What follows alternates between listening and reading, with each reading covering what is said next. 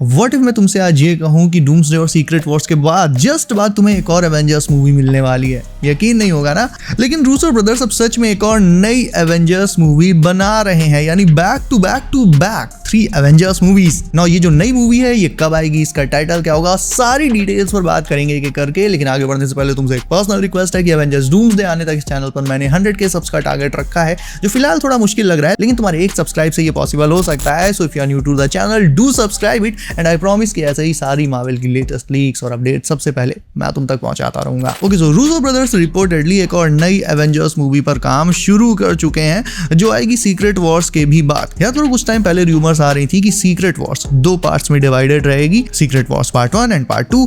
ऐसा इसलिए because secret Wars की स्टोरी लाइन इतनी बड़ी और वास्ट एंड वर्सेटाइल है कि सिर्फ एक ही मूवी में इसे कवर कर पाना मुमकिन नहीं है। और अगर मेजर मोमेंट्स को वाकई में दिखाना है स्टोरी को स्टेबल रखते हुए, तो बिल्कुल सीक्रेट वॉर्स के कम से कम 2 पार्ट्स तो आने ही चाहिए। और ये पार्ट 2 वाली रूमर सुनने के बाद ये भी सुनने में आया था कि सीक्रेट वॉर्स पार्ट 2 आएगा या नहीं, ये टोटली इस पर डिपेंड करता है कि डूम्सडे कैसा परफॉर्म करेगी, यानी डूम्सडे कितना कमा पाती है। उसी से एक अंदाजा लग जाएगा कि फैंस को और एवेंजर्स मूवी चाहिए या नहीं। और अगर सीक्रेट वॉर्स पार्ट 2 आती है तो ये वो ह्यूज सक्सेस हो पाएगी नहीं जो कि लोग एक्सपेक्ट कर रहे हैं। अब सीक्रेट वॉर्स पार्ट 1 की फिल्मिंग कुछ ही महीनों बाद शुरू होने वाली है, यानी अगर इसका सेकंड पार्ट आना होगा तो रूसो ब्रदर्स को इसकी तैयारी भी अभी तुरंत ही शुरू करनी पड़ेगी, क्योंकि दोनों मूवीज को आपस में कनेक्ट जो करना है। और आई थिंक शायद इसीलिए अब सेकंड पार्ट पर भी काम शुरू हो चुका है, और इसीलिए ये अपडेट भी आई है कि एक ब्रांड न्यू एवेंजर्स मूवी आने वाली है। ऑल्दो एक बात तुम्हें और बता दूं, जरूरी नहीं है इस नई एवेंजर्स मूवी का टाइटल सीक्रेट वॉर्स पार्ट 2 ही हो, इसका टाइटल इटर्निटी वॉर्स या ऐसा कुछ भी रखा जा सकता है। एक ऐसा टाइटल जो ये दिखाए कि ये MCU का मेगा फिनाले है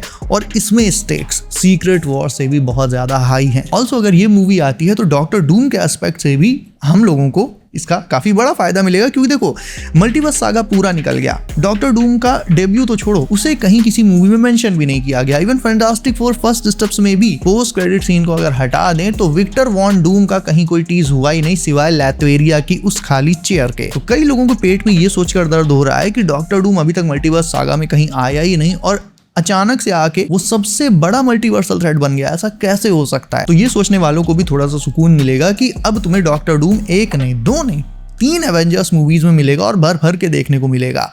थानोस भी अगर देखा जाए तो प्रॉपर्ली 2 ही मूवीज में आया, इन्फिनिटी वॉर और एंड गेम। उसके पहले बस उसके स्पेशल अपीयरेंसेस और पोस्ट क्रेडिट सीन में उसका अपीयरेंस हुआ था, लेकिन डूम को फर्स्ट स्टेप्स के पोस्ट क्रेडिट सीन के साथ साथ 3 एवेंजर्स मूवीज में पूरा मेन रोल मिलेगा। सो जितने लोगों को डॉक्टर डूम को देखने की भूख है, सभी का पेट भरने वाला है। और सुनो भाई, डूम्सडे के 3rd एक्ट की शुरुआत में एक बैटल होगा एक स्पेशल जगह पर। मेरे लिए वो जगह बहुत स्पेशल है, क्योंकि उसी जगह पर पहली बार मेरी नजर कैसेंड्रा टकली पर पड़ी थी। मैं बात कर रहा हूँ दी वॉइड की। दी वॉइड भी डूम्सडे में दिखाया जाएगा और वहां पर 3rd एक्ट की शुरुआत में एक बैटल होगा। ऑल्दो ये बैटल किसके किसके बीच होना है इसे लेकर अभी कोई भी अपडेट नहीं है, फिर भी डूम्सडे में भी ऐसे हीरोज एंड विलन्स आने हैं जिनकी हमें भनक भी नहीं है। और बिलीव मी, मूवी जब तक तुम देखने जाओगे नहीं तब तक तुम्हें पता ही नहीं चलेगा। ना कोई इंसाइडर बता पाएगा, ना कोई लीकर बता पाएगा, कोई नहीं बता पाएगा। जैसे कि इल्यूमिनाटी की टीम भी डूम्सडे में आएगी, ऑल्दो उसका स्क्रीन पर ये नेम नहीं रहेगा। और ये जो टीम है ये किसी और यूनिवर्स के हीरोज की होगी। नाउ आई थिंक ये 838 के हीरोज की हो सकती है, वो यूनिवर्स जो मल्टीवर्स ऑफ बैडनेस में दिखाया गया था, जिसके हीरोज को वांडा ने चुटकियों में साफ कर दिया था।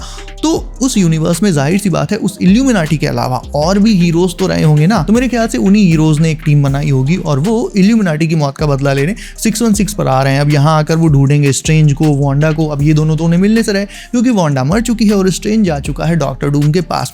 तो ये सीधे सीधे किसे टारगेट करेंगे? एवेंजर्स को, क्योंकि वांडा और स्ट्रेंज दोनों की हिस्ट्री सीधे सीधे एवेंजर्स से ही जुड़ी हुई है।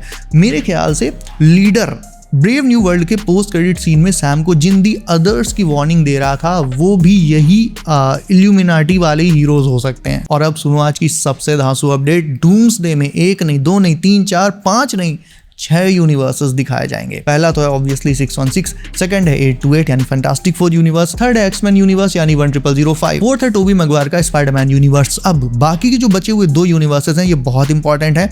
एक तो है कोई हिडन यूनिवर्स, सीक्रेट यूनिवर्स, और उसके बाद सबसे इंपॉर्टेंट है, बहुत ध्यान से सुनना, डॉक्टर डूम का ओरिजिनल यूनिवर्स। यानी ये अपडेट मैंने जब देखी थी तो भाई मतलब मेरा दिमाग हिल गया, क्योंकि अभी तक खुद मैं भी यही सोचता था कि डॉक्टर डूम प्रॉपरली 828 यूनिवर्स से बिलोंग करता है, क्योंकि वहां पर हमें लैथवेरिया की एम्प्टी चेयर भी दिखाई गई और पोस्ट क्रेडिट सीन में कुछ डूम भी आया था। लेकिन इस अपडेट से तो सीधे सीधे प्रूव हो जाता है ना, इसमें लिखा हुआ है कि डॉक्टर डूम का ओरिजिनल यूनिवर्स। तो क्या डॉक्टर डूम किसी और यूनिवर्स से 828 में आया है? वो ओरिजिनली 828 से है ही नहीं। और एक बात मुझे पहले से भी खटकती रही है कि फर्स्ट स्टेप्स के पोस्ट क्रेडिट सीन में वो जो डूम दिखाया गया था, क्या वो एक्चुअल में आरडीजे का ही डॉक्टर डूम है?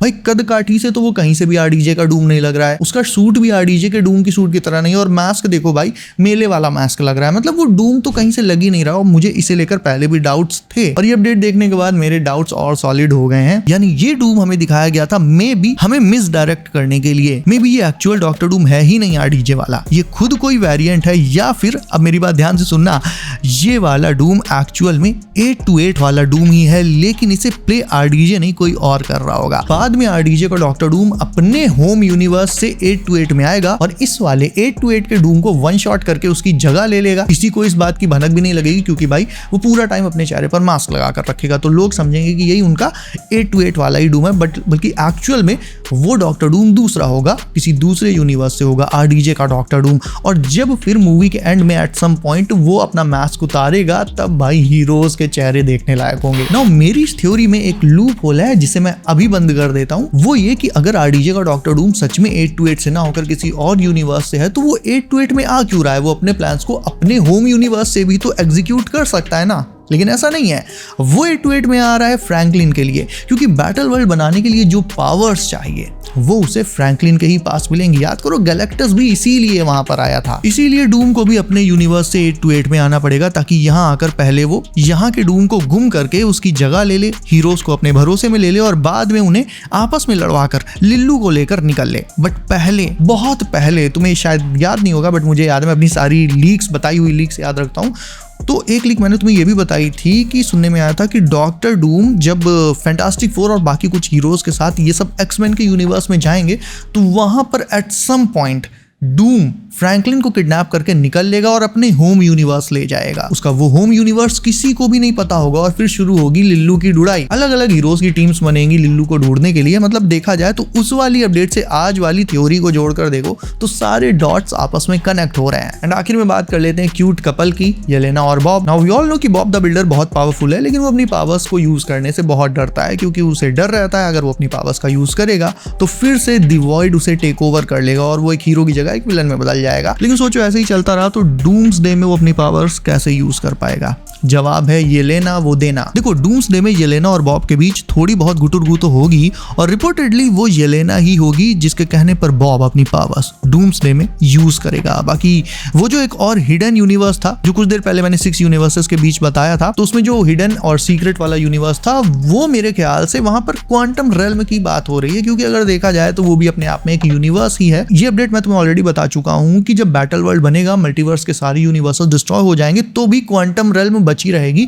तो एंटमैन को क्योंकि क्वांटम रेल्म में आने जाने का रास्ता पता है, तो वो जितने हीरोज को हो सके उन्हें लेकर क्वांटम रेल्म में चला जाएगा, ताकि वो हीरोज क्वांटम रेल्म में जाकर खुद को बचा पाए, अपनी याददाश्त को बचा पाए। क्योंकि बैटल वर्ल्ड में जितने भी हीरोज जाएंगे, डूम उन सबकी याददाश्त को साफ कर देगा, किसी को कुछ नहीं याद रहेगा। उन सबको ये लगेगा कि वो हमेशा से बैटल वर्ल्ड में ही रहते आ रहे हैं और डूम उनका रूलर है। जितने भी हीरोज बैटल वर्ल्ड से बाहर बचेंगे, चाहे फिर वो द वॉइड में बचें या फिर क्वांटम रेल्म में, केवल और केवल उन्हीं की याददाश्त इंटैक्ट रहेगी, उन्हें सब याद रहेगा, बाकी हीरोज सब कुछ भूल जाएंगे। So guys that's it for today. सबसे तगड़ी अपडेट कौन सी लगी कमेंट करके अभी बताओ। इसके अलावा वीडियो को अभी तक लाइक नहीं किया तो उसे भी लाइक करके चैनल कर दो, सब नोटिफिकेशन कॉल पर डालना मत भूलना, ताकि आने वाली लेटेस्ट एमसीयू लीक्स और अपडेट्स तो तुमसे कभी भी मिस ना हो। सो बी सेफ गाइस, अपना ख्याल रखिए आप। मेरा नाम है Himanshu and as always I will see you in next one.